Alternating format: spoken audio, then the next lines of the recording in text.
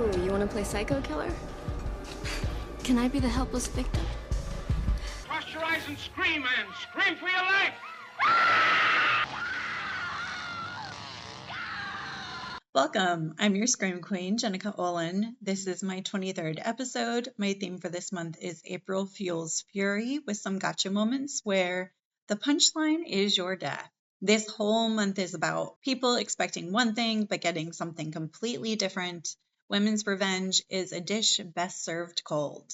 If you're new here, each episode will have an intro, brief synopsis of the movie, an analysis of the film, and then I get into the true horrors of it all. I'm a huge true crime fan, and I like to make connections between the true horrors that inspire our darkest imaginations. The truth is, the stuff on screen is way tamer than the true horrors that take place every day. Spoiler alert, I've made it my job to spoil the shit out of this movie. Today, I will be covering Hard Candy from 2005, which is now 20 years ago and makes me feel very old. Directed by David Slade and written by Brian Nelson, starring Patrick Wilson, best known for being the father in the Insidious franchise, Elliot Page, who was most recently in the Umbrella Academy, and Sandra Oh, who's been in a ton of TV series. I know her from Grey's Anatomy. The estimated budget was $950,000. The estimated gross was $7 million. So they did well, I think. The tagline for this film is, "Strangers shouldn't talk to little girls." That couldn't be more true. Some quick trivia about this film. Some working titles were Vendetta and Snip Snip. Hard Candy was finally chosen because it implies both sweetness and spice, and because it was slang for an underage girl among internet pedophiles, which is something new. I did not realize that. The scenes inside Jeff's house were shot mostly in chronological order. Although Hayley is supposed to be 14, in reality, Elliot Page was 17 throughout the filming. The screen showing Jeff's castration was brought up, and what was actually in the footage being used. Wilson notes the beginning of the tape was a friend of David Slade's who shows his genitalia. The tape then loops footage of turkey gizzards and insides being scraped. Due to the controversial nature of the film, the budget was kept under $1 million, so the studio wouldn't ask to change anything. Very smart. Patrick Wilson briefly passed out due to overexertion during filming the intense surgery scene. Only 9 minutes of music is used throughout the movie. Most of the soundtrack is made up of ambient noise and heavy breathing, which makes the movie extremely intense. Let's set the scene with a synopsis of the movie.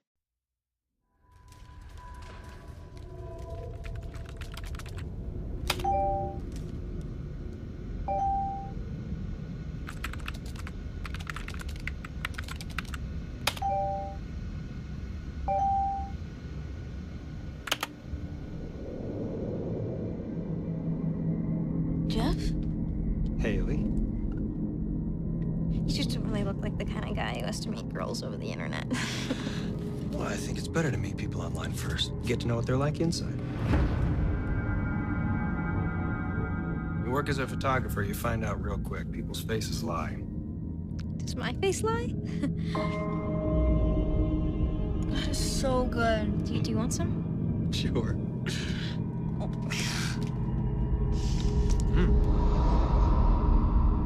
You look older than you are. You certainly act older than you are.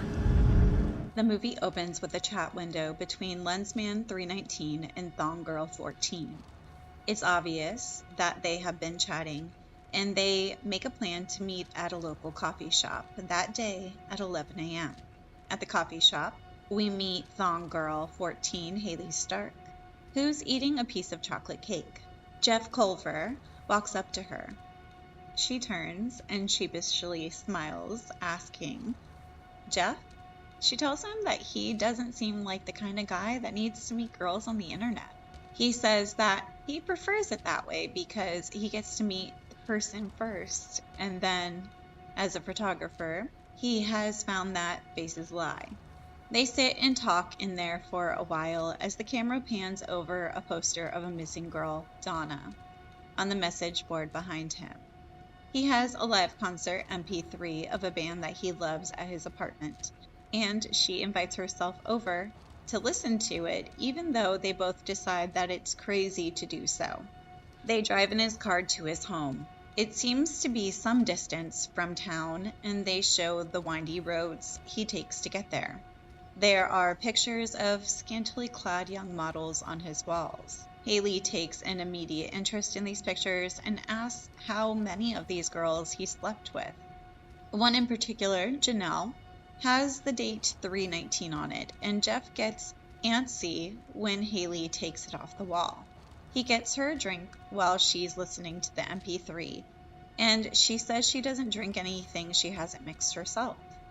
She goes into the kitchen and mixes screwdrivers. When Jeff is slow in drinking, she insists that he keep pace with her. She asks to be photographed and plays music loudly. He's getting dizzy and weak and finally collapses. When Jeff wakes up, he's tied to a chair, and Hayley has completely changed. I'm a decent guy. Ask anyone. Go ahead. Call these models. They'll tell you. Of course they will. You're not an idiot, Jeff. You don't piss where you live. Those girls were your work, and I, on the other hand, was your play. You were coming on to me. He accused her of stalking him. She says he has been stalking her. Hayley has been chatting with him under many screen names online with different ages. She accuses Jeff of being a pedophile and says that she's going to search his house for clues. He denies it, saying he didn't do anything and that she invited herself and was the one being forward. She says that he is the adult and should know better. You were coming on to me. Oh, come on. That's what they always say, Jeff. Who? Who? The pedophiles. She was so sexy, she was asking for it. Oh, she was only technically a girl. She acted like a woman. It's just so easy to blame a kid, isn't it? Hayley searches the house and doesn't find anything. She thinks this is suspicious because men usually have some sort of porn around, and he doesn't even have that. She finally finds a safe hidden in the middle of the room. She figures out the code of the safe as the 319 on the picture of Janelle, whom Jeff is still madly in love with. His screen name also had 319. Her reaction to what she finds in the safe leads us to believe that this is where Jeff has been hiding his kiddie porn. There's also a picture of a girl in front of Nighthawks. Hayley throws the picture at Jeff and asks him why she gets to keep her clothes on. He says that he met her once at the cafe, but that he never took her back to the house. He denies being a pedophile. The picture is of Donna, the missing girl from the poster. It's now clear that Jeff had something to do with Donna's disappearance. She says that what she has in mind is worse, but assures him that she does not want to kill him. She leaves the room, and he wheels himself to the bedroom and gets the gun. When he wheels back into the kitchen, she waits for him with saran wrap. She wraps his face until he passes out. When he comes to again, he's strapped to a table, and his pants are off, and a bag of ice is on his genitals. Hayley's wearing a green surgeon's smock. She announces that she will castrate him.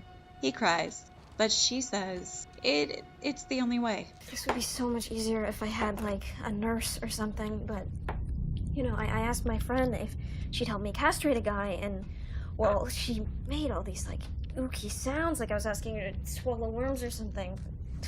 She begins to try to make a deal with him, but then changes her mind. When she begins the surgery, we can hear the cutting noises and see blurrily the screen as the surgery takes place. She then says she's done with him, and she's going to take a shower and then call a cab and leave. He is furious now and struggles to get free. He runs to the phone and almost dials 911, but instead gets the scalpel and goes into the bathroom for Hayley. We can hear the shower running, but when he pulls back the curtain, she isn't there. She's behind him with a taser. She zaps him and he falls into the tub unconscious again.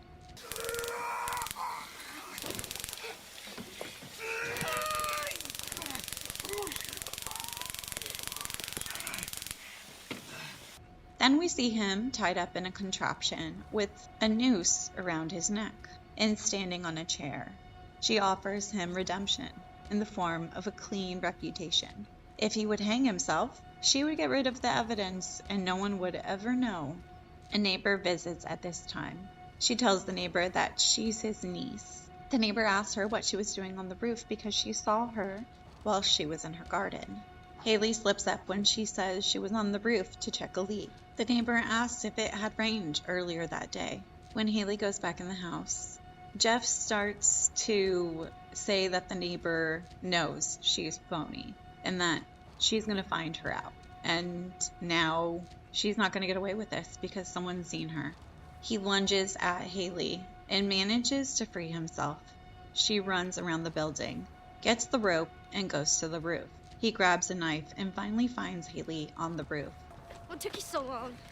You dropped this. Oh, I had to. Yeah. Or else you would have been down there forever. What were you doing? Jerking off? Which do you want to fuck first, me or the knife? She has his gun. She offers him the same deal again. A noose is set up on the roof.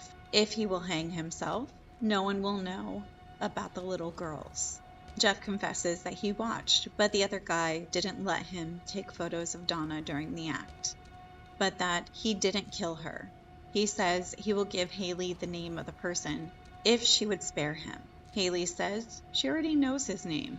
And funny thing is that Aaron said that it was Jeff who did all the killing right before he hung himself.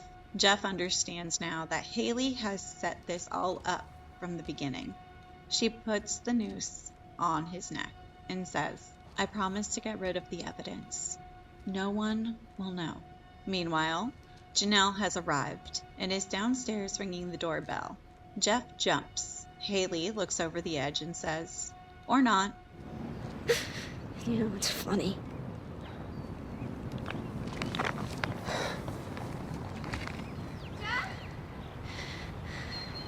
Aaron told me you did it before he killed himself.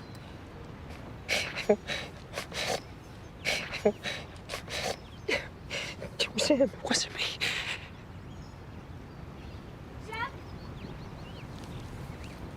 I don't care.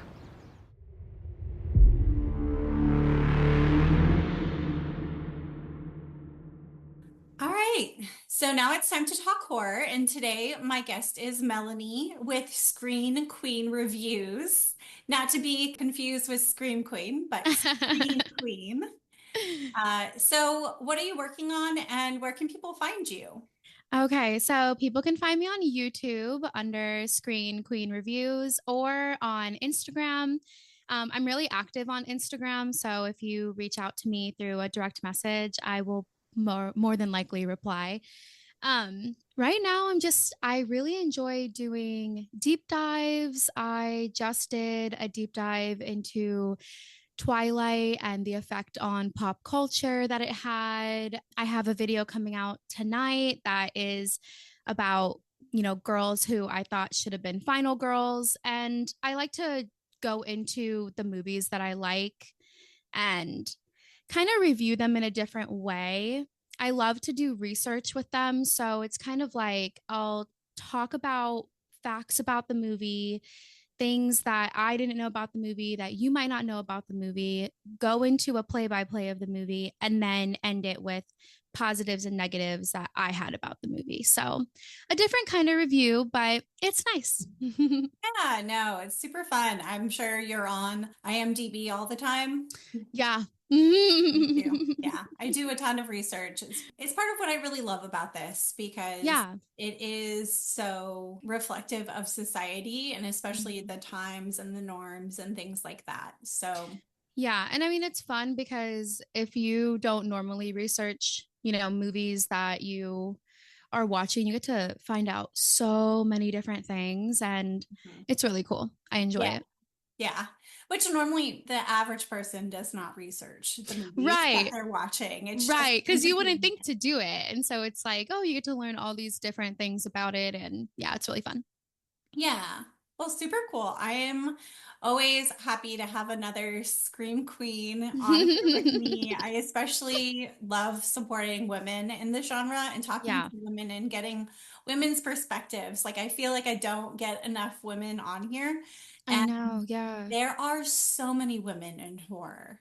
There But really are. It's hard to find too, like, because when you first start, it's very men heavy. And Mhm. so you're just kind of like, okay, like, let me kind of weed through and find some women. And I've Mhm. luckily found a lot of really nice women on Instagram that I interact with and talk to. And I follow a few women on YouTube. And yeah, it's really nice to see women out there, talking about the same things because their opinions matter too.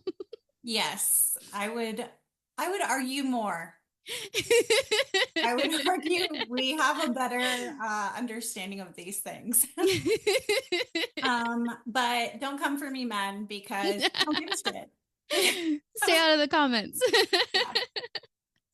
Yeah. Okay, so today we're talking about the movie Hard Candy, and this movie I saw probably like 12 years ago, and it really is just one of those movies that stuck with me and Mhm. I always go back to. And so my theme this month is April Fuels Fury. So this is very much like a female revenge film coming from a teenager's perspective.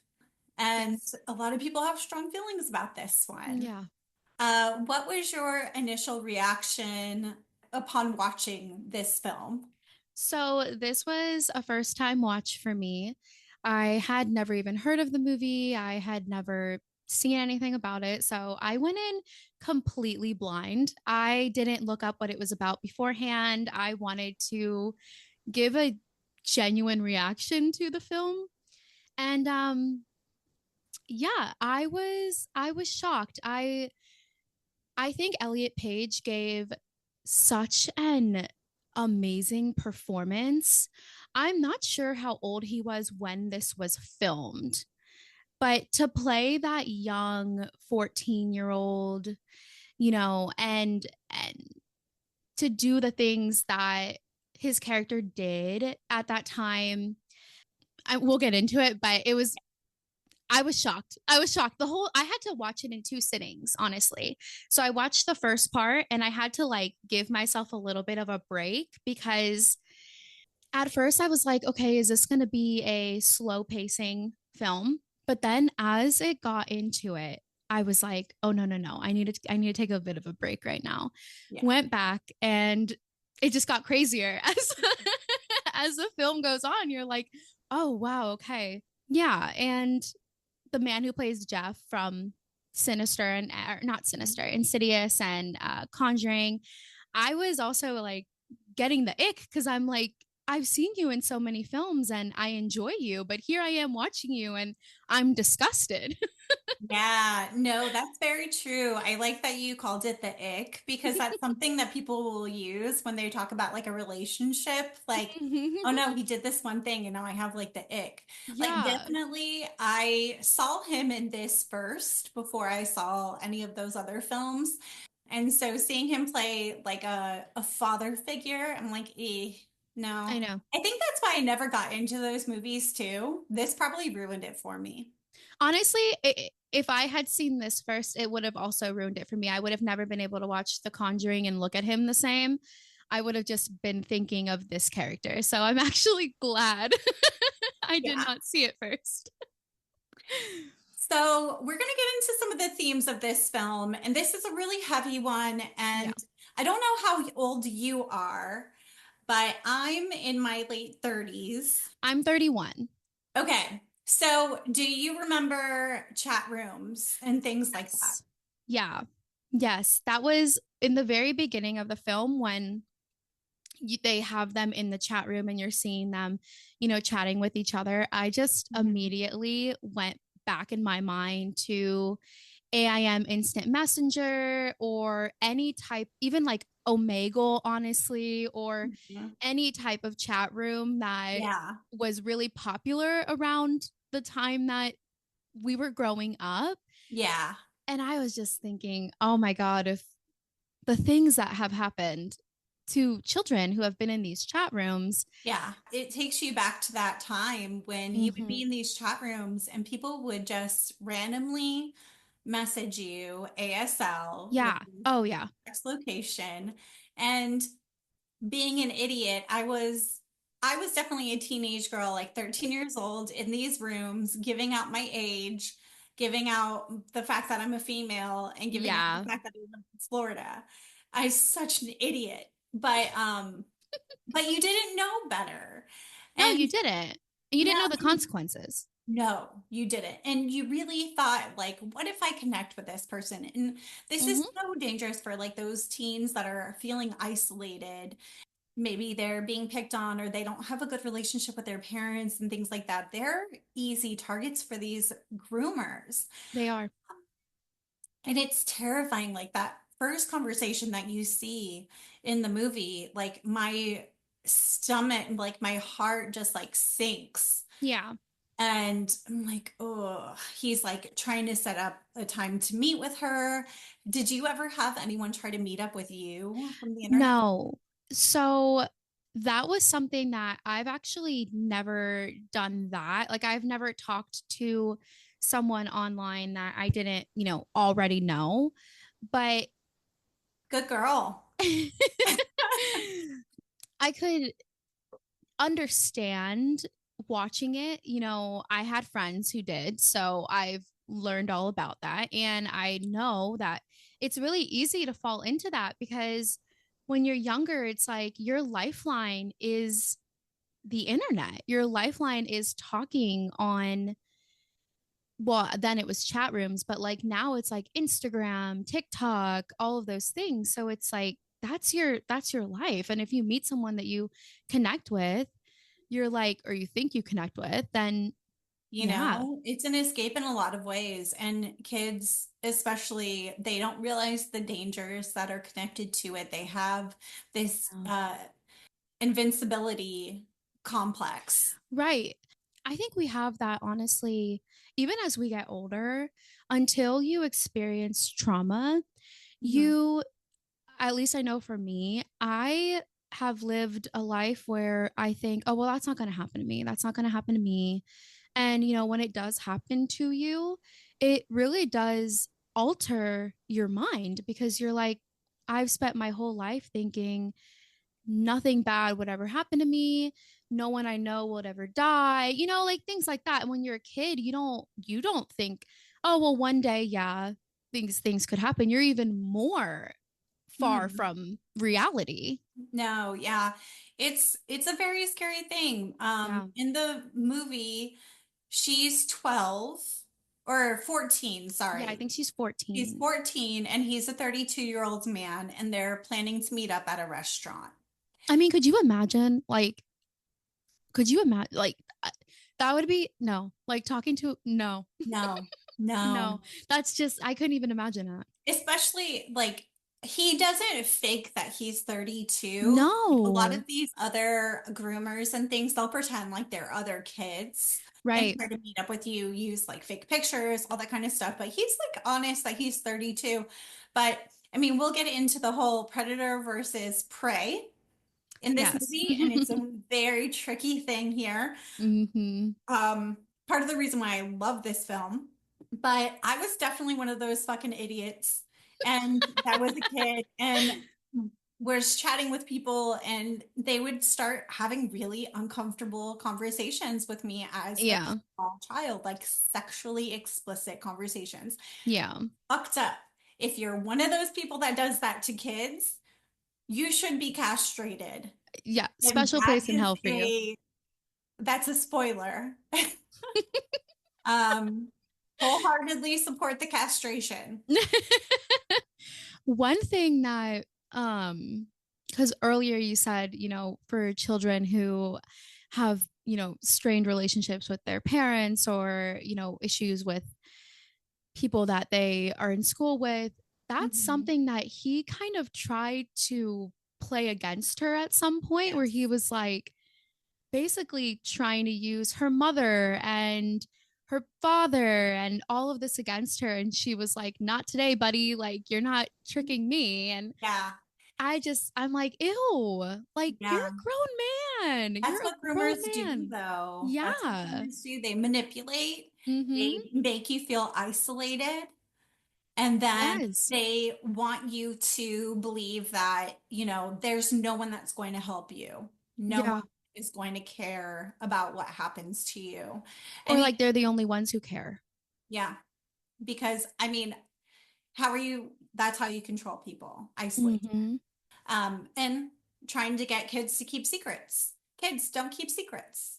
Kids shouldn't be listening to this podcast, but parents that with kids have those conversations with your kids and let them know that they should never be keeping secrets from you. There's never a reason to keep a secret, especially someone on the internet that they don't even know.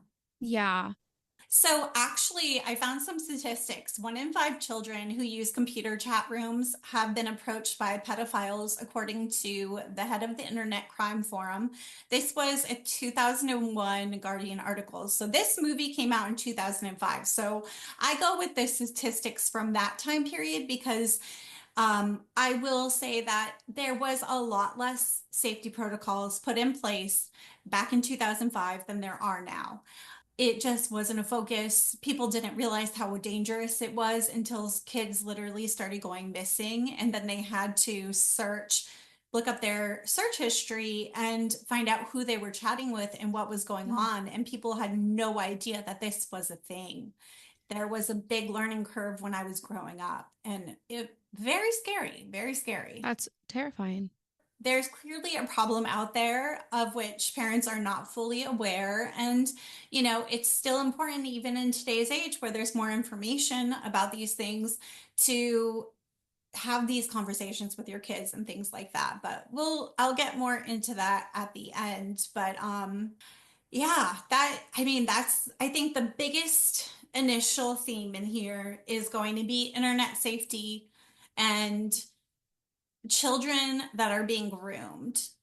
Yeah. So the next theme I have is predator versus prey. Mm-hmm. So we have our 2 main characters, and pretty much this whole movie is just the 2 of them Yeah. in his house. And they have back and forth dialogue, which you might think that would be boring, but it's not. Like, Mm-mm. they keep you on your toes, and it gets intense. It especially when it switches, like Oh, when you're not, because in the beginning you're like, oh my gosh, like she's just being groomed right and left and she has no idea. And then when it quickly flips and you're like, oh, she has all the power right now. mhm. That's a Yeah. it's a good part. So she really plays up that she's prey in the beginning. And you Yes. don't realize, like, it's very cringe, but you don't realize that she's doing it on purpose and making Mm-hmm. herself seem as young and innocent and naive as possible. Like, she's got, even in the restaurant when he first sees her, she's got chocolate on her lip. And he goes over and uses his thumb, and then Oh, I he licks it off know. his thumb. And I was like, ugh, why? I also That was is thinking, so like, inappropriate. I know, and I'm thinking, does the cashier not think that this is really weird? I mean, even if that was your kid, that's fucking weird. Mm-hmm. You wouldn't do that with your kid. Like, no, no. No, that was.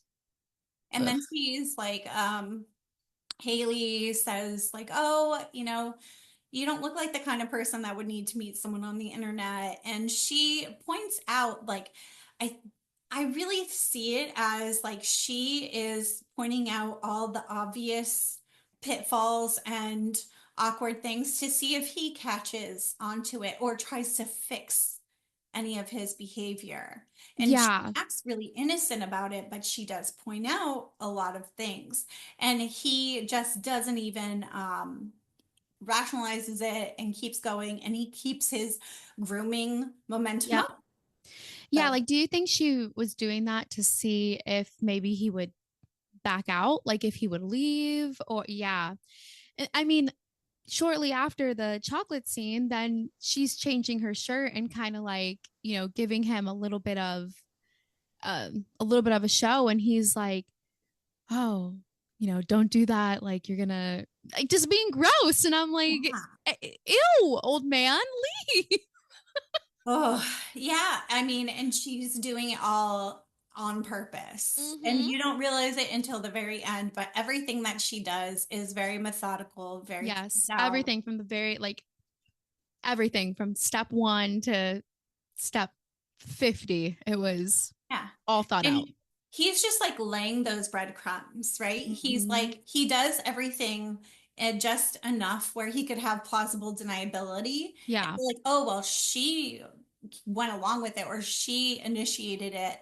Um, Well, it's the way that he says, like, oh, the girls who came here to take photos, we did what they wanted to do, or I took photos of them because they wanted me to. It's like you are 32 years old, and those girls were probably 12, between 12 and 14.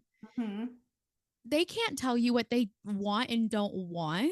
Yeah. And that actually becomes part of the dialogue later, which is great. Like, I mean, Elliot Page in this movie, I'm just like, fucking go off. Like, I love you so much. Like, such a powerhouse character, Oh, icon, yeah. hero. Like, the hero we didn't know we needed. Mm-hmm.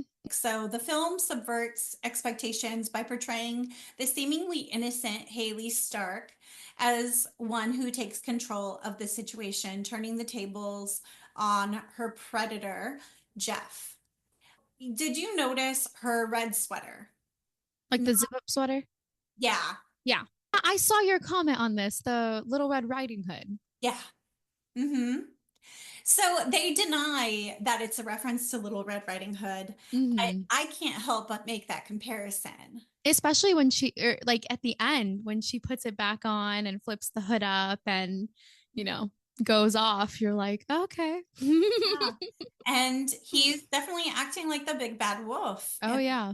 like he is preying on her. And so I really see it as that dynamic, except, Little Red Riding Hood in this, she's not the prey. She is tricking the wolf in this. Mhm. So No, I agree with that. yeah. So I want to talk about all the things that she does to make herself seem very vulnerable. Okay. So we already talked about the chocolate on the lip. Yes. And then there's the whole, he gives her alcohol. Yes. And the where she's like, oh, us young ones get told not to drink what other people make for us. And as I was watching and I didn't realize that it was going to twist the way that it did. Mhm. Um, I kept thinking, why is she saying these things? And it makes sense after because she knew all along what she was, doing. Mhm. Yeah. So she is like, oh, I've been told I should never Mm-hmm. drink someone else makes. And so she goes and makes the drinks. And I'm Mm-hmm. pretty sure she gives herself zero alcohol Oh, and yeah. some orange juice, but she makes his drink strong and she also adds something to it. She drugs him, which Mm-hmm. the girl, like I'm I just know like, that's yeah, what I thought too when I was like, yes, good going. yeah, smart thinking. Like, Mm-hmm. how is this little tiny teenager supposed to overpower this full grown man? She does it multiple times with different ways, but she does it. Mhm. She has it figured out. I mean, she's been planning this, obviously. And so, yeah, so she drinks that first drink pretty fast. And that is another thing where she's like, oh, I'm done. And of course, he rushes over to make her another one. Yeah. If it was actually alcohol, Yeah. she would be on her ass. Oh, yeah. After that first drink, never mind two. And Hmm. he knew that. Yeah. So that kind of takes us into the next theme, which is going to be the power dynamics. Yeah. So, and the film explores the imbalance between a young girl and an older man, highlighting uh, her vulnerability of the former and potential for abuse by the latter. I love how she plays up whenever she wants him to take her photo. She turns on the music. She knows she's drugged him. So now she's just like fucking with him. Yeah. She's like, "Are you okay? Are you okay?" Like, and he's like, "Don't do that." What did he say? Like, "Don't do that music video bullshit," or something like that. Yeah, Like, something about being phony. yeah, like be yourself, be real, be natural, or whatever. And I'm like, ew, ew. Yeah, gross. But yeah, Uh-oh. she's like, "Are you okay? Are you?" That's why, honestly, in the beginning, I didn't even sense that she had drugged him, that she had done anything, because she was so good at just acting like she was just so innocent and didn't know what was going on. Yeah. Yeah. She's like jumping on the couch, but she turns up that music and it's like very techno, very like, I mean, if you're on drugs, that's going to Oh, make your that's a high nightmare, probably. immediately. Like, yeah. Uh, she was like, how do I give him the worst high possible? Oh, yeah. And so she does that, which is great.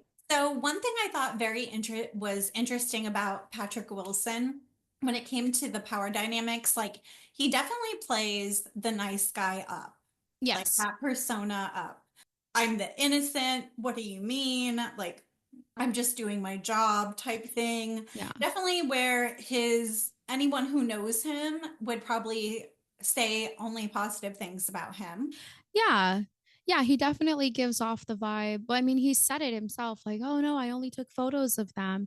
Oh, I never slept with those girls. No, I'm just, doing my job and blah, blah, blah." And it's like, okay, I'm sure that you fooled a lot of people. And, you know, men who have that really nice guy Mhm. attitude and character can fool a lot of people. Yeah. Like anyone that knows him, like sisters, any previous partners he had, I'm Neighbors. sure, yeah, his neighbors, everyone, if it came out in the news that he was a pedophile, they'd be like, Hmm.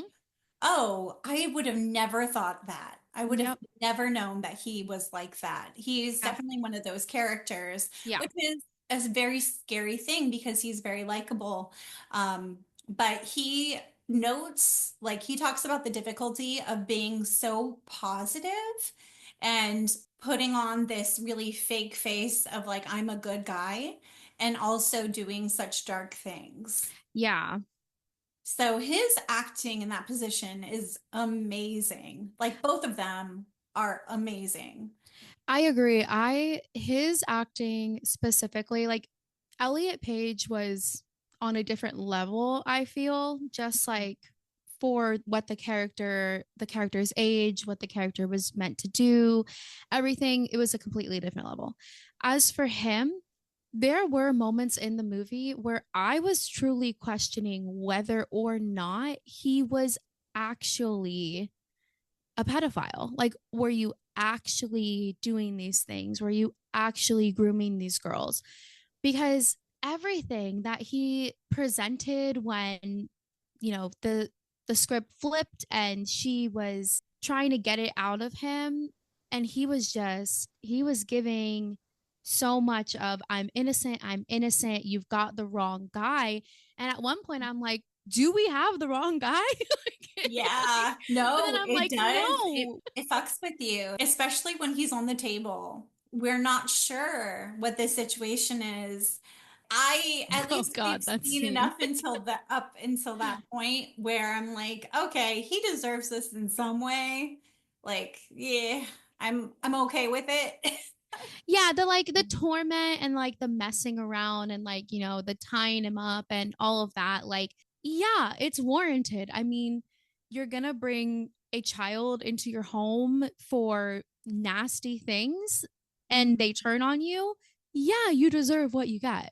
I mean, so that kind of gets us into the next theme as well. There's going to be a little bit of like going back and forth between themes, but Mhm. and that there's another theme of revenge. So Haley's Mhm. actions are driven by a desire for revenge against Jeff, who she perceives as a threat to her safety and well-being. And I mean, she's right. He is, but we don't know that quite yet. We know that he's like not a good guy, but we don't know how far he's went or why she's there. There's a lot of ambiguity, like you're talking about, We never know for sure, like, what he actually did. He's lying a lot. We know that he's lying. And there's a very fine line between whether this is okay or not, like revenge versus Right. like sadistic. When it gets to him on the table, Mhm. that is the point in the movie where I'm like, okay, maybe it's going a little bit too far right now. But at the same time, Mhm. you think that because as a human, that's our natural reaction to be like, oh, this person is, gonna get tortured basically. And so you kind of just start to feel that empathy and feel that, sadness for them, and you want them to kind of come out on the other side. That's separate from then you sit back and you're like, okay, but wait a minute. Yeah. Wait a minute, this guy is no good. This guy is no good. He's doing bad things. He's Mhm. all of these bad things. So then you're like, no, I'm okay with it now. Yeah, yeah. Um, I think it's just a good sign that it's a sign that you're not a sociopath. So Mm-hmm. that's good. You have empathy and seeing someone in such a in distress Yeah. because he's in a lot of distress. Like that scene, them filming that scene, he actually ended up passing out from, Really? yeah, like physical exhaustion of Wow. acting in that scene. So Haley, he wakes up and he's tied to a chair, a rolling Mhm. chair, which I'm like, why the fuck a rolling chair? Because he can move around easily in that. Yeah. I think it's, well, she starts searching his house, right? And she's Yeah. like, I know you have a secret. And she eventually finds the safe. And in that safe, there's a picture of a girl. And in that safe, there are also like love letters and things like that. Yes. But she shows the picture of the girl and she's like, why does she get to keep her clothes on? I know that I'm happy you said that line because that line really stuck with me. I that was the moment where I paused the movie for a minute because I was like, man, like that's very true. Like this little girl is here because she led you to believe that you were going to get your way with her and groom her into whatever you wanted. And she's looking at you and she's like, well, why does this little girl get to keep her clothes on? And why did you want me to come here and take mine off? If I remember correctly, he doesn't even respond, I don't think. No, he's just in shock. Yeah. He doesn't know what she knows. But Mm-hmm. at that point, that's the first glimpse that you realize she's here for Yeah. revenge. She was searching just for that. Yeah. Yeah. Then we go from that and they have this back and forth dialogue that is just so epic and real and especially when it comes to these really hard situations. He is trying to convince her right now he's not trying to get out of the ropes, and that's something to do with the predator versus prey. He still thinks he has the upper hand. Yeah. And you can tell. I mean, had he already gotten like one of his arms out of the tie and gone for the gun? Or was No, that like okay? not yet. Yeah, but you can tell by his attitude that he's kind of like, okay, you drugged me. Yeah, So what? yeah. Like, what else are you gonna do? You're a little girl. Hmm. He just thinks, well, she tells him, she's like reassuring him. She's lying every single step of the way because she knows she doesn't want him to feel threatened yet. So she Mm-hmm. tells him, I'm going to let you go when I feel like letting you go because I Yep. know if I let you go right now, you're going to be mad and I don't know what you're going to do. So I'm going to keep you tied up until I call myself a cab and then I will call another cab for them to let you go. And so that is her reassuring him that she isn't going to do, he doesn't have to fight back right now. Right Yeah. now, he can convince her. He thinks he can convince her. Yeah. He can let down his guard a little bit and try to get his way, try to Mhm. get what he wants out of it. Mhm. So he starts saying, like, you can call any of these girls. from the pictures, they'll tell you I have never touched them and all these things. And she's like, well, of course, Jeff, like you don't shit where you eat. Like Yes. you're not stupid. All these people, of course, they're going to say nice things about you. You have a special place here for the girls that's hidden away for the girls that you don't want people to know about. Yep. You don't have her picture up. I know that's when it starts getting really real, and then he's just trying to manipulate her and say like you don't want to do this, or whatever you do is going to affect you for the rest of your life. He tries to act like he is the good guy, giving her all this advice like, I'm just worried about you. Yeah, telling her like if you do this, you're going to regret it. It's going to come back to haunt you. You're not going to be able to sleep at night. You're not going to be able to look Mhm. at yourself. You're going to be looking behind your shoulder all the time. Like basically just trying to scare her into being like, "Oh, you're right. Like let me get out of here." Yeah. And then she flips it on him. And I Mhm. love when she starts telling him, she's like, what if someone should have told you that? Like, oh, don't message that girl. Mhm. Jeff, stop, Jeff. Don't meet up with her at the restaurant. Like, and she kind of goes through the scenario piece by piece, very Yeah, taunting, and it's great. It's so great. I know. And then he starts to realize like something else is going on. This isn't going to just end with him in the chair and her Yeah. calling a cab. That was a lie. And I think that's when he's realizing like she knows more than what she's telling me. She knows more than what I think she knows. And what is it that she knows? And what is she here for? Why is she here? Yeah. So then we get into he knocks her over Yeah. because he's still able to move around somewhat because the chair is it's on wheels. So he knocks into her, she falls down, she's bleeding on her head. And then he goes into the bedroom, and she had found the gun earlier and put it on the bed. So he goes and he grabs the gun. And at that point, he comes back out trying to find her, and she can't be found. And they're playing this game of cat and mouse.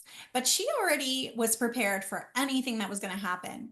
Yeah. She's so smart. She has saran wrap Hmm. that she puts around his face to suffocate him enough that he will be out of service, like just make him pass out. That scene was so intense, and like I felt so, it just gets your anxiety going It does. like Yeah. 100%. When he's backing into her with the chair. Yeah.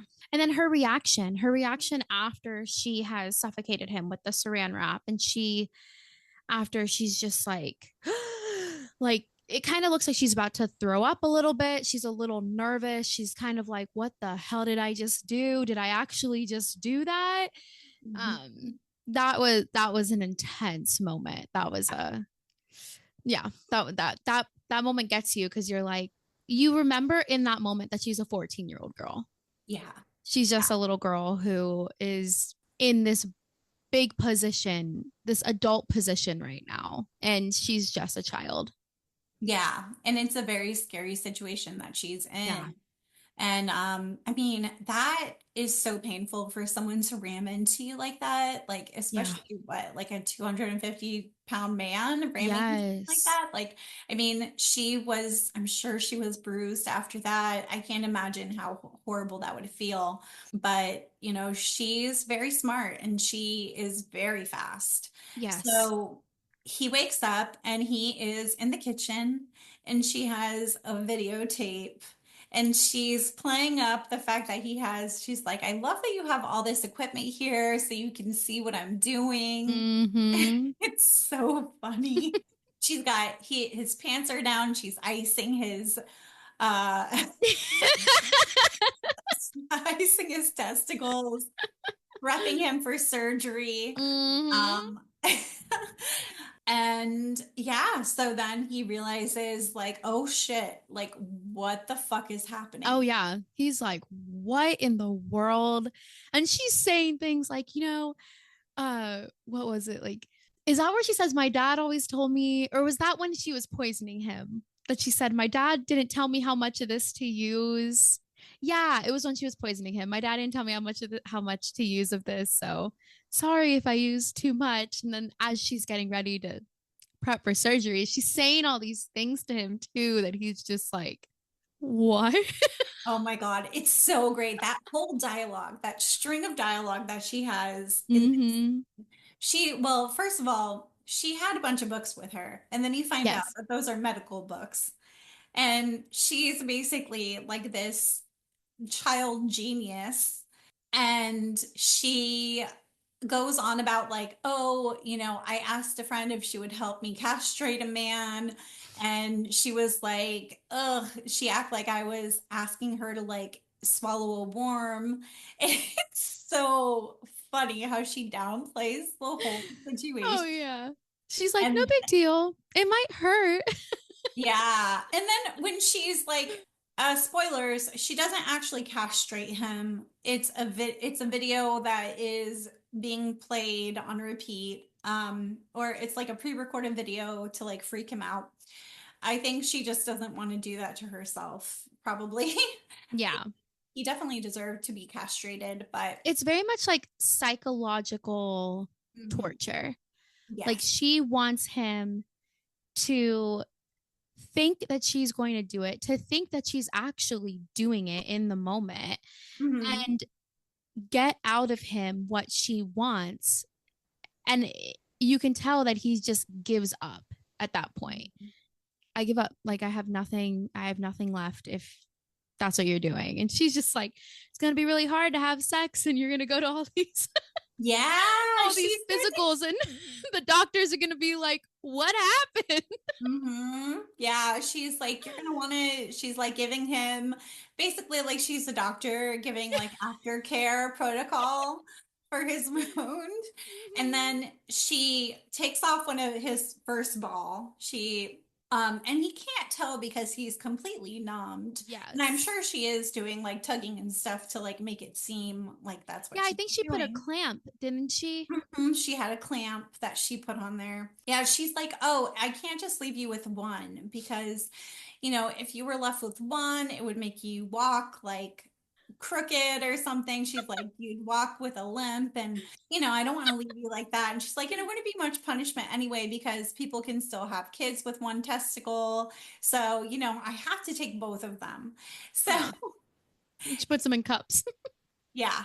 After that whole thing, she goes to take a shower, which was Mm-hmm. her big mistake, leaving him alone, and he's able to get free. He, like, Yeah.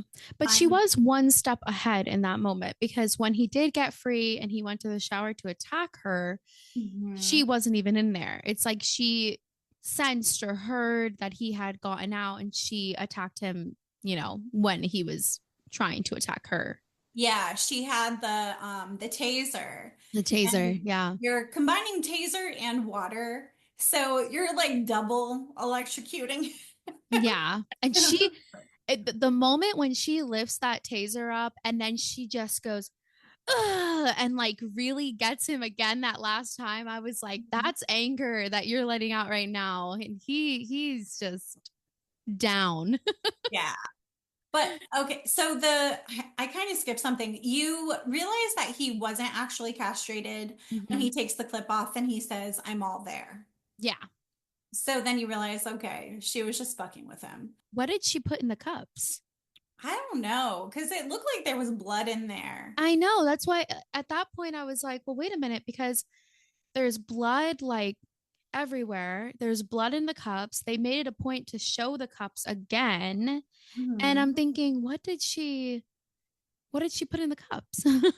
She must have, I mean, she prepared for everything. So she must have Hmm. had fake blood or Yeah. something because, I mean, she's going for shock value. Like, she does that. She's able to tie him up again. And then she tells him her final plan that he's going to commit suicide.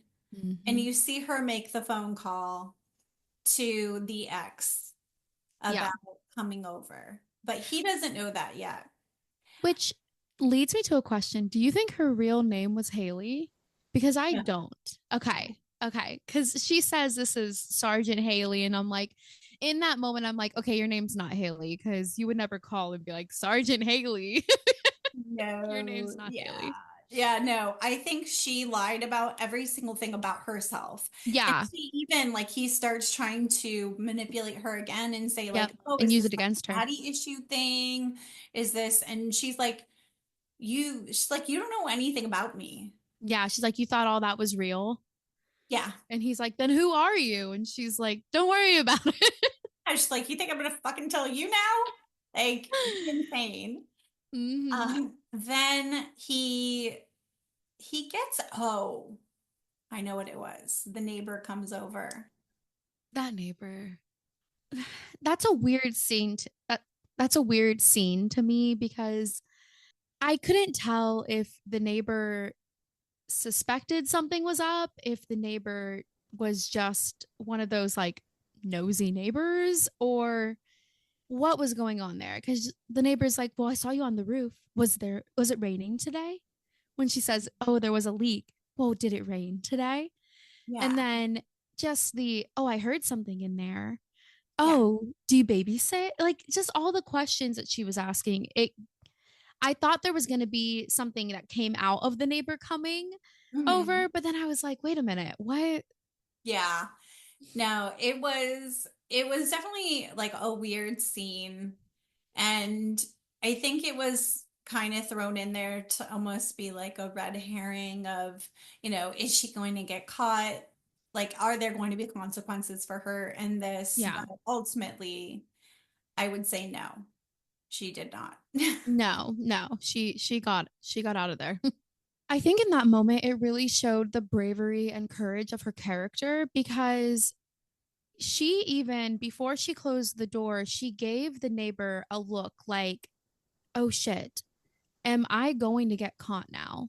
Hmm. But when she came back inside, it was like immediately back to business. She was there, she had a plan, she had an end goal, and she was not leaving until that goal was fulfilled.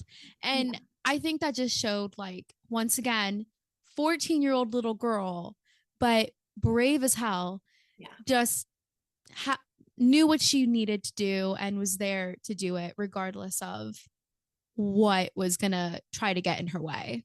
Yeah. No, I think 100%. And that's definitely a moment that if she didn't have such a strong character, that would spook Oh, a yeah. teenager and they would probably be gone. They start this dialogue about she tells him, "You're not acting like a victim.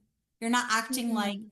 because she says like if you when you got free, if you were really a Yes. victim, Mm-hmm. you would have called the police. Like you had the chance to leave and you did not leave. That's what she says. Like Mhm. you had the opportunity to go and you didn't go. I also wondered that too. Like he had a golden opportunity to run. He had his cell phone in his hand. Take Mhm. your cell phone and run out of the house. Yep. But instead, you just went back to try to get your revenge and it didn't work out for you. Yeah. So he's not acting like an innocent person. Nope. And she points that out. And it's such a good dialogue and such a good observation because Yeah, he that's doesn't true. act like a victim. He acts like a predator still. Yes. Because if he was a victim and it wasn't true and he was an innocent man, he would have left. He would have called 911. He had 911 dialed. He Hmm. would have followed through with calling 911, gotten out of there. But instead, he was like, I need to kill this girl because she's going to tell all my secrets Yeah. that are true. And then he starts really acting like the wolf again. Mm, He is able to get free because he attacks her yeah. with like his legs because his legs are free. But then she immediately starts running and Yeah. she's already got this backup plan in place. And again, he's free and he doesn't go for help. at this point, he's completely dropped the facade of being a nice guy. And you Mm-hmm. know that he is there to now harm her Yeah. and that like he's done something fucked up. Yeah. What is it that he says when he's chasing her? He's like, "You're not gonna leave me." What the heck? Because he knows how to think like a predator Hmm. and she is being a predator as well. So Hmm. he knows from a predator's perspective, you're not going to go through all of this and then just leave. Yep. So he knows she's still there. That's so And it true. Yeah. just shows how dangerous he is. Yeah. Oh, yeah, he's the worst kind of danger. Comes off like a good guy and is And he everything just buy but. Girl Scout cookies from his neighbor's kid. Yes. Oh my gosh. Yeah. So then I mean, she's just so fast. Like she's zipping around the house. She gets the rope, she does, and she plays the music again. You know, she's trying to trick him. And I love how she goes about it because she's just so quick and she just knows how to distract him and scare Hmm. him. She's like so wise above her years. Like she's only 14 years old, and throughout the whole film, you forget that until there are just little moments that let you remember that. But in moments like those, you're like, oh my gosh, you're so smart and proactive. Like the character is just outstanding. Yes. So she leads him to the roof. He sees that she's on the roof Yeah. and she's still got that rope and she is going to get him to commit suicide. Yeah. She was determined. Yes. And She she was wasn't tricking going him. to kill him herself. Nope. She was going to have him like there was already a narrative that she came there with and he was going to follow through with it. Yeah. And, you know, she eventually does. It takes a while. But he realizes, she reassures him and she's like, you know, your ex is on the way. And I already made this call. I don't know how far away she is, but I know that she's coming now. She just lets him know all about his situation. Mm-hmm. And what did you think about that whole narrative between like, okay, you're going to be known as a pedophile and all this is going to happen to you? I didn't expect him to decide to hang himself off of the roof. I didn't expect him to do that because even though she was saying, you know, if you don't do this, I'm going to out you. I'm going to tell everybody you're a pedophile. I think that was his ex girlfriend, right? Mm-hmm. So your ex girlfriend's going to find out everything about you. The media is going to find out everything about you. You're going to lose your job. They do bad things to people like you in prison. Like she was really going in and telling him, like, all these things are going to happen to you if you do not decide to do what I want you to do, which is kill yourself, jump, do this.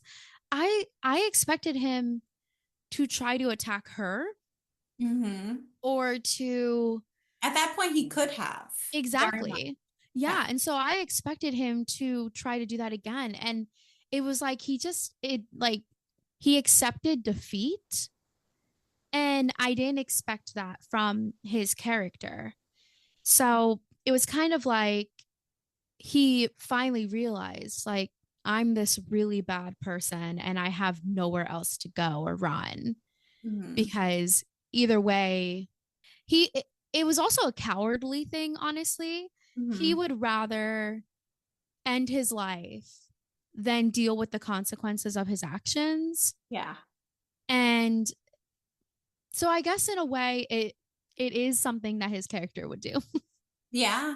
I mean, so at this point, you start to get the backstory of the girl in the picture. Yes, Donna. And he does say, he's like, I didn't kill her. He's like, Mhm. I only took he says, I was only watching. Yeah, like, okay, you didn't kill her, but obviously you were there. Mhm. Somebody killed her and you didn't do anything to stop it. But he wasn't counting on because it was him and someone else. Yeah. And she had already killed the other person. Yeah. And she tells him, she's like, I don't care if it was you or not. It doesn't matter. And honestly, it doesn't. If you're there watching someone rape and murder a teenage Mhm. girl, you are just as guilty Oh, and you just as deserve to guilty. die. 100%. 100%. So he's like, he even admits, he's like, I wanted to take pictures, but Yeah. he wouldn't, like the other guy wouldn't let him. And he's like, I'll give you his name so you can go find him. And she's like, I already know it. And she tells Yeah. him his name and she says, you know what? Before he committed suicide, he said that you're the one who did it and that he's the one who was watching. Yeah. Yeah. She literally let him know, I already took care of that one. Yeah. Don't worry. Like Mhm. you're now piecing together on this roof why I'm here, what I was here for, and why I will get my end result because he's left now with no other choice. Mhm. Yeah. And another point too, when he is, before he goes up to the roof, he's got a knife in his hand and he starts Yes. stabbing the wall. And he says, thank you for Showing me showing who I me who I am. am. Yeah. He comes to realize that's actually who he is. Mm-hmm. This is a deep, dark side of himself that he's been trying to almost like he compartmentalizes it like Yeah. most people do. And that's how people like this can seem so normal because they can shove that other side to them Yep. like, Hide hey, away hide it. those. Yeah. And not feel It any bubbles up shame. again. Yeah. And it's like they've got this itch they have to scratch. Mm-hmm. Yeah. That scene, I think that scene was one of the most powerful for his character because he's stabbing the wall and he is having that like moment, coming to Jesus moment, realization moment of what he is and who he is. And that in that moment, you're like, okay, now you know. Now you know who you are. That's kind of why, though, I thought he was going to go onto that roof and be like, you're not getting away with this because even though I have figured out who I am and have realized it, thanks for that. But you're not going to like mess up my life and what I've got going on Mm-hmm. because people like that, they're not going to change. No. So, Yeah, I expected him to have more of a fight, mm-hmm. but there was a lot more too with the relationship with his ex, the Yeah. first love, the first person he ever slept with. Like they go all over into the dialogue earlier in the movie when she's reading the letters. Yeah. He's very hurt by her. So she has someone coming over that he really cares about what she thinks. Yeah. And that also played a big part in it because he didn't want her to find out. And she said to him that she would, hide all the evidence and don't worry, I'm not going to let anybody see it. If you Yeah. hang yourself off of the roof, Mhm. no one's going to find out. And I loved that part where he he walks off and she's like, or she says like, Or not, or or not. something. Yeah, or not. Yeah. And then she just like she puts on her hoodie, she grabs her bag and she's out of there. And it's like she was never there. And it's like, Mhm. oh my God, I love her so much. Um, and we don't know who she is. No, and we don't Don't know her know. connection to Donna. No. That's something that I kind of like that. I kind of like that we don't know what her connection was to Donna, how she found Jeff. We don't really know how she found him. We don't know how long she had been planning this, how long she had been, you know, going after him and the other man who attacked Donna. Why was she Is so so, invested in yes, this invested one in case. Donna? Yeah. Like, was Donna a sister? Was Donna a friend? Was Donna a neighbor? Like, who was Donna to her? In interviews, when they've been asked that question, I think they end up saying like it doesn't, they're like, why does it matter? That's true because she Eh, says at one point, he says like, "Who are you?" And she's like, I'm every girl that you've done this to. I'm every girl that, has been taken advantage of." And it's like she's this Batman of, mhm. like abused little girls, groomed little girls. And we just know that she got shit done. She went there and she was like, you're not going to get away with this anymore. It ends here. And I respect it. I respect it.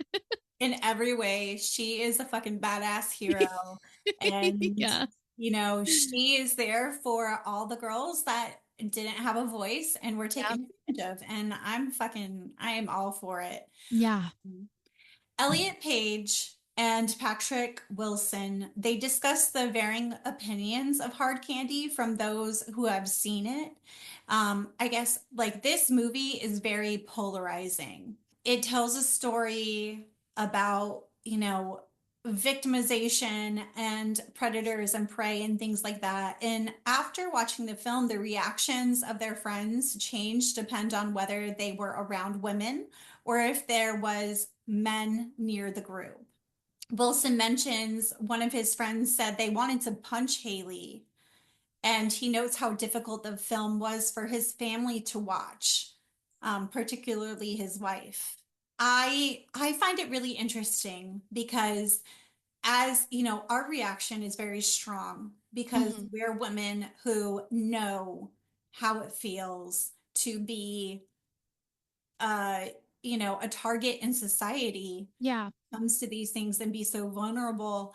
But you know, these men, women, like women pretty much have the reaction we do, but men have a very strong reaction against this. And that's interesting to me because I will say I do personally know a lot of men who I don't feel would have uh that reaction. I do know a lot of men who are very pro women, and you know, if they were to hear of a guy or know a guy who has done something like this, they would beat their ass. Like that's not even a question in my mind when I'm around the men that I associate with, because I'm not going to associate with a guy who is saying, I want to punch Hayley. Are you joking? Like, that's Right? crazy to me. But the sad part of the reality that we live in right now is that majority of men, and I will say majority because it feels like it. I could be wrong. I don't know statistics, but it feels like majority do feel that way. They feel like they should have the upper hand on women. And Yeah, we're seeing a resurgence right now of yeah, women's rights being taken away. exactly. And men are here for it. Like not my husband, I'm sure not your husband, but there's a very large percentage of like Trump supporting men who want to feel powerful over women in society, and they're resentful of everything women have gained. Yes. And they want to take it away. They want to take it away. They There's want to take it away, and legislation there. they want to have power in a place where their power, it is not needed, and it is quite honestly unnecessary.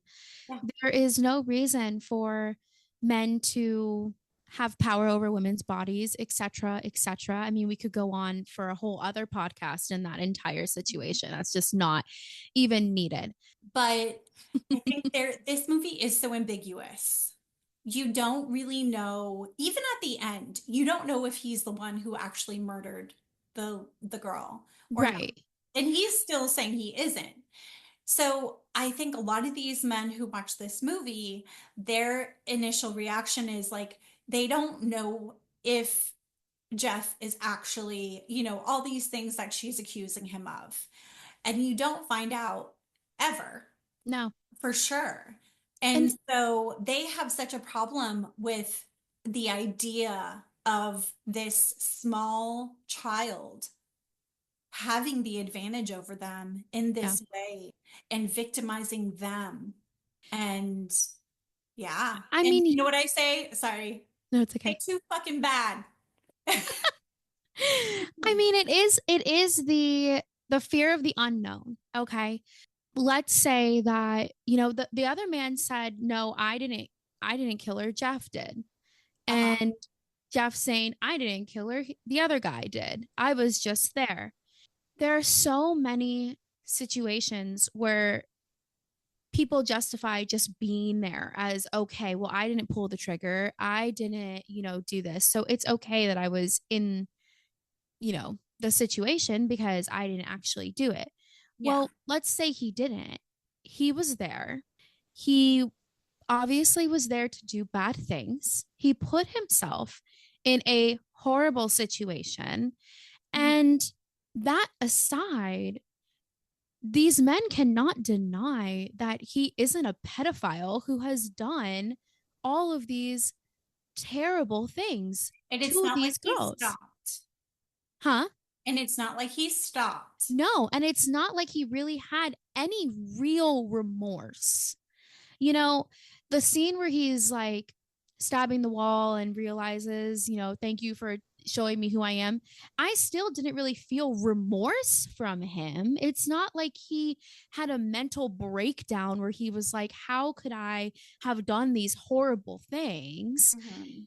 He only cared on that rooftop because someone who he loved and who he wanted to view him as a good guy was down there. And if he didn't act quick, she wasn't going to view him as that good guy anymore. Had she not been there, had she not pulled up, it would not have gone that way. No, I don't think it would have. As you were talking, it also got me thinking, like, all these men who are having this like guttural reaction to Hayley and the fact that she is victimizing Jeff, even though, she is really the victim here. Right. It doesn't feel good, does it, you guys?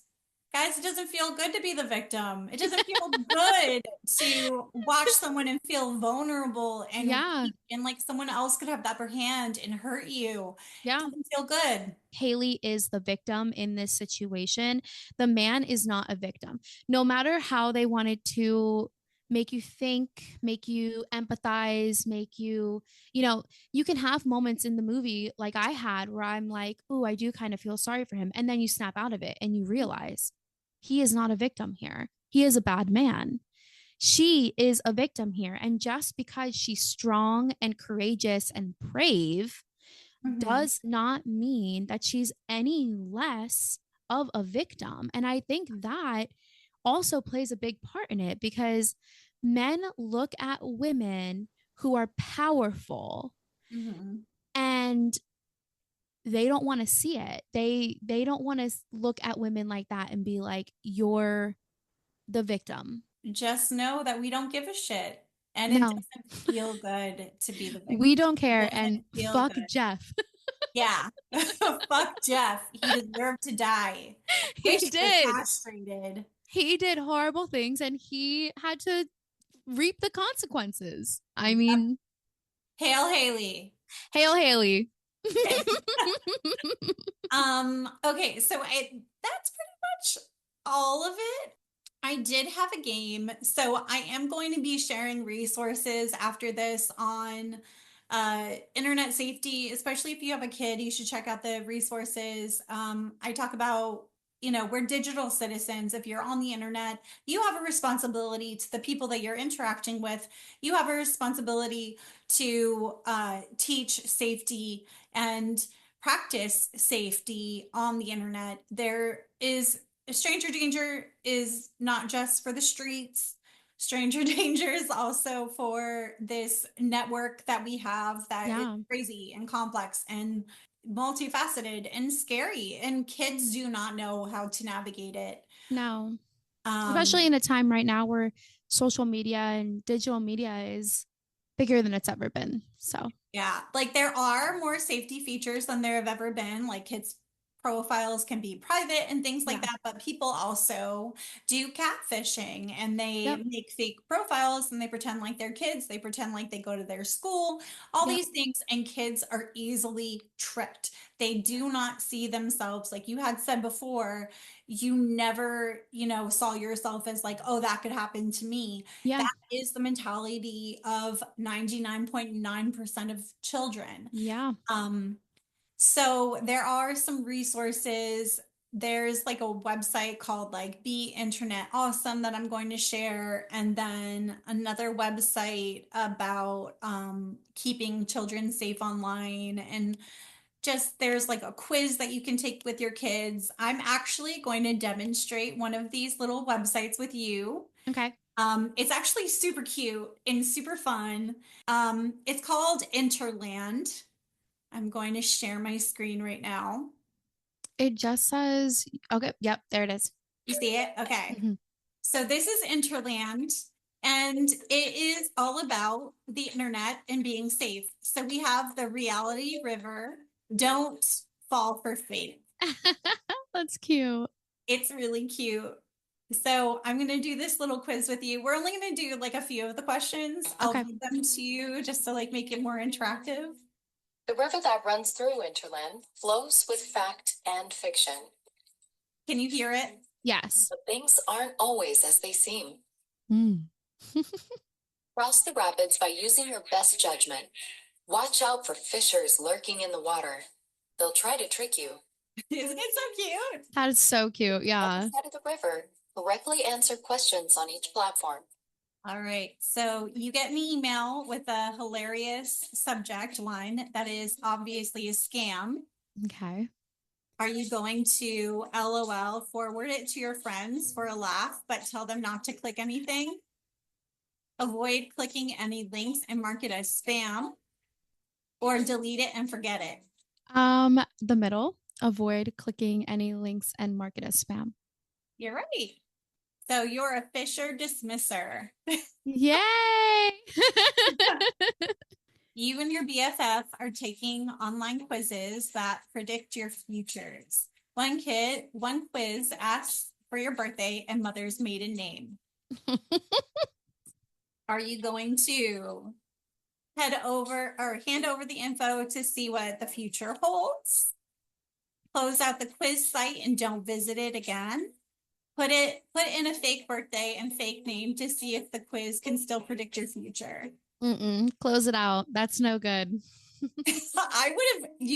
I know that you got it right, but I would have totally just faked it. I would have just lied.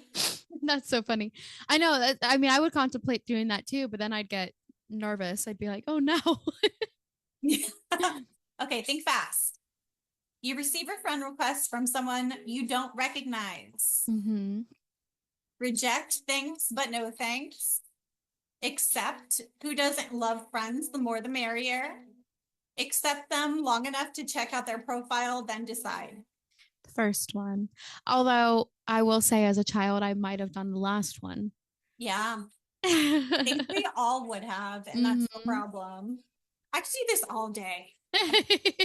So I am going to share this website, and it is something that, like, if you have kids, you can do this with your children. Yeah, it's really cute. And it really is informative, and it helps them learn about internet safety in a really fun way. Everyone should watch it at least once. Most people don't want to watch it more than that because it's just so uncomfortable. Yeah. Definitely not a date night movie. No.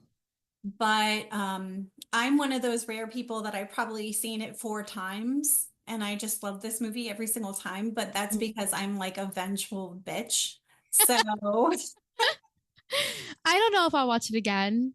Maybe I will, but it'll be a movie that like I watch later down the line and I'm like, oh yes, like I remember watching this, but it took so much out of me that and maybe that's also because I went into it blind. I didn't know what I was watching. yeah. But it took a lot out of me. So I don't think I'll watch it again. Well, thank you so much for being on my podcast and talking about this movie with me. Yeah, thank you for having me. This is my first podcast that I've ever been on. So well, I'm so glad to pop your podcast cherry, and you're not underage, so I don't have to worry about that. So you're funny. Yeah, no, I was really excited. I've never been on a podcast before. I loved it. So I'm really grateful. Thank you. Of course. You were coming on to me. Come on, that's what they always say, Jeff. Who? Who? The pedophiles. She was so sexy, she was asking for it. Oh, she was only technically a girl. She acted like a woman. It's just so easy to blame a kid, isn't it? Now it's time for the true horrors of it all. The 2005 film Hard Candy, produced by David Higgins, was inspired by a news story he saw on the television program 2020. The report detailed how young Japanese girls would lure older businessmen to a location under the pretense of meaningful conversation, only to assault and rob them with the help of a gang of other girls. This story led Higgins to question, what if the person you expect to be the predator is not who you expect it to be? What if it's the other person? He shared this idea with writer Brian Nelson, who developed it into a script. The project eventually became Hard Candy. While the specific Japanese news report that inspired the film isn't publicly available online, the concept was based on a real incident involving young girls ambushing men. This narrative served as the foundation for the film's exploration of themes related to online predators and exploitation of young children. So since that information isn't publicly available, I was able to find a case that is more relevant to today's day and age when it comes to technology and kids on the computer and playing different games that we perceive as being safe for them, because there are a lot more safety protocols now than there were when I was growing up. Computers were brand new. AOL, dial-up, all of that stuff was a thing. MSN, like all these messaging systems and chat rooms and everything, they were just unexplored territory at that point. But now we know better, and we know something new that has come out recently is there is a case of a lawsuit against the Bay Area tech companies Roblox and Discord. If you're a parent out there, I know that you know what Roblox is. That shit is everywhere. Every kid wants, if you ask them what they want for their birthday, they want Roblox bucks. It's a fun world to be in, but it's also a dangerous one because anyone can go in there and disguise themselves as a child, and they can just start conversations.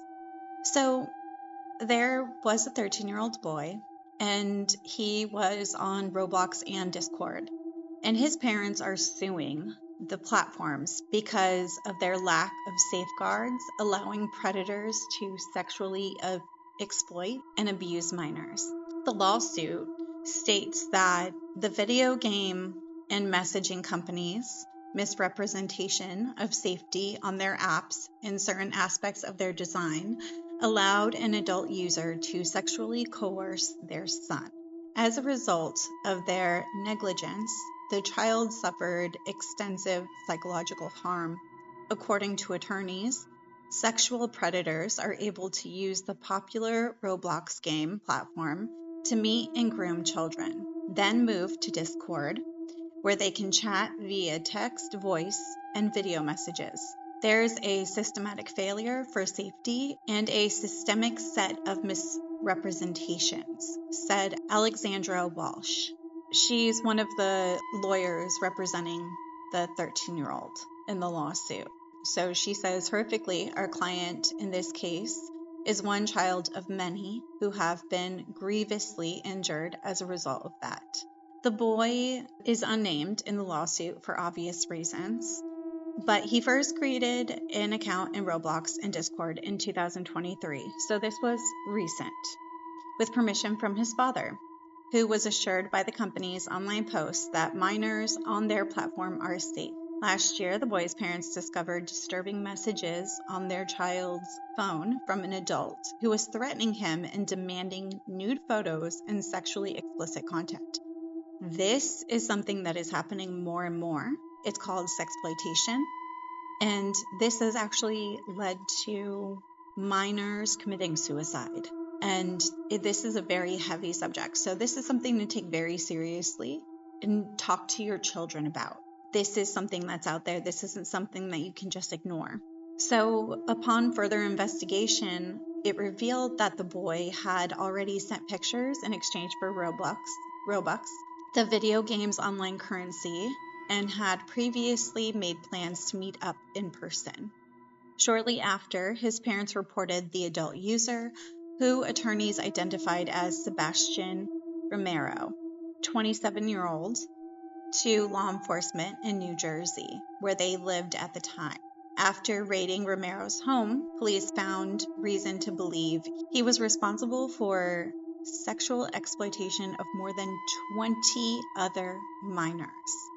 According to the lawsuit, Romero was charged last year with multiple sexual abuse and extortion charges.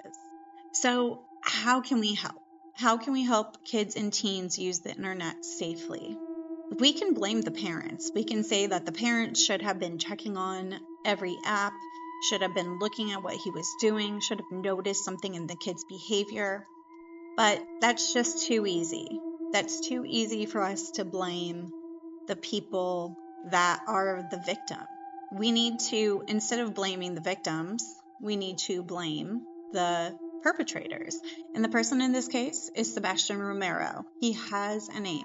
As a parent, it is extremely hard to know what your kid is doing on their phone, on their computer all the time. It is easy to have a conversation with them, and really the best thing you can do in these cases is build a trust with your kid. Don't shame and blame them for anything that happens. You build a trust system. You make them feel comfortable talking to you so that they don't lie to you about the things that are happening and feel shame that it's not their shame to have. It's the other person's shame. The other person should feel those feelings, not the child that's involved. So having those explicit conversations with your kid and then going over things that you do and don't do. In 2023, the kid that's involved in this, I'm sure there have been conversations with this child about internet safety. I'm sure through school they talked about never sharing your information. That is baseline. But what they don't account for is the fact that these are groomers and they are emotionally connecting with your kid at first and making your child feel safe. Then they go from just being a friend to then kind of down the line, they are asking for more and more personal things until eventually the ask gets to a very dark place of sexual exploitation. And they also introduce sexually explicit things to your kid. They don't ask for images of your kid yet. First, they expose them to something, and the kid feels bad about it. And the kid doesn't understand how to feel about what they're seeing. And then they take it a little bit further, and they ask that kid for those images. And in any of these cases, it's not the kid's fault. It's not. And as a parent, these things are not always obvious. You're not always going to see an immediate change in your kid's behavior. The person who's at fault here is the perpetrator, is the predator. So I think when we have these kinds of things in mind, it's just so easy to blame a kid, right? It is. But you're wrong. If you are blaming a kid, you're fucking wrong. They are a victim. If you're a parent and you blame yourself, we are all hard. If you're a parent, you are hard on yourself already. Most of you, if you give a shit. It's not the parent's fault either. There are always things that could have been done, or maybe you did everything and this still happens, because that can happen too. You can do everything right. You can take every single little piece of my advice, and these things can still happen. So there is no one size fits all when it comes to internet safety, but what we do need to do is be proactive as much as possible. There is no clear answer here, but being aware, making sure that your child feels comfortable coming to you is going to be the biggest thing. Don't shame and blame. Comfort, validate, protect. That's your job as the parent. All right. And on that, I am going to end this very heavy discussion. Let's end on a high note.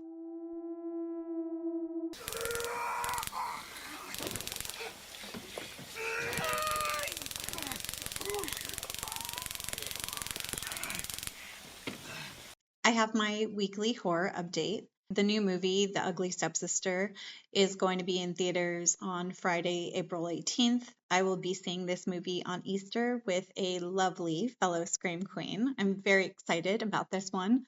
It's a body horror movie, and from everything I've seen, it's extremely gruesome and might even make some people puke in the audience, although I know for a fact that I'm not one of those people.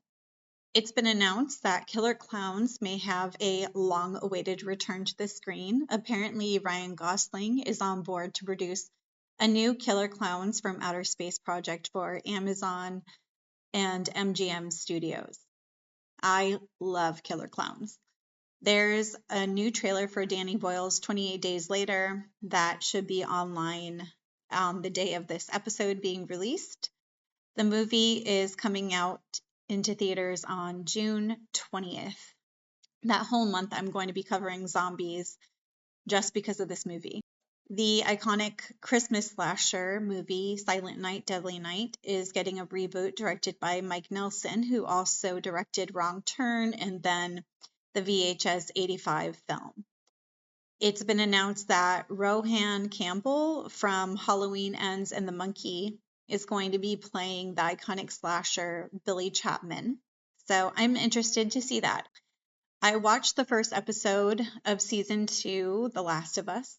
It was a heart-wrenching episode as we build up to a confrontation between Joel and Abby, which is obviously what's happening from if you watch the episode. I won't give anything away. I know what's going to happen because my daughter beat this game several times, and I have massive anxiety while watching this. The way that Ellie treats Joel in this first episode back is just shattering. I know it has to happen, but I'm like, but can it not? Can we just change it? But I know we can't. My last horror event just passed. I'll be taking a break in May because my daughter is graduating from high school and I'm taking her on a 12-day trip to the UK. I'm very excited for this trip and to give her lush life experiences. This is a weekly podcast with new episodes out every Thursday. All the research, writing, and audio is done by yours truly. This is a one-woman show and I'm doing my very best. Please rate, review, and subscribe wherever you listen. Sharing is caring. Please share any of the content I make that resonates with you. I'm slowly reaching my goal of 10,000 followers to suffice the social media gods. And thank you to everyone who's been doing all of these things thus far. If you have any questions, want to collaborate, or maybe you want to correct me on something, you can email me at screamqueenpodcaster@gmail.com. You can also find me on Instagram at Scream Queen Podcaster, Blue Sky at Scream Queen Podcast, TikTok at Scream Queen Podcast, and there is a link tree that will send you to YouTube and Facebook as well. Be careful who you trust on the internet. Until next time, goodbye.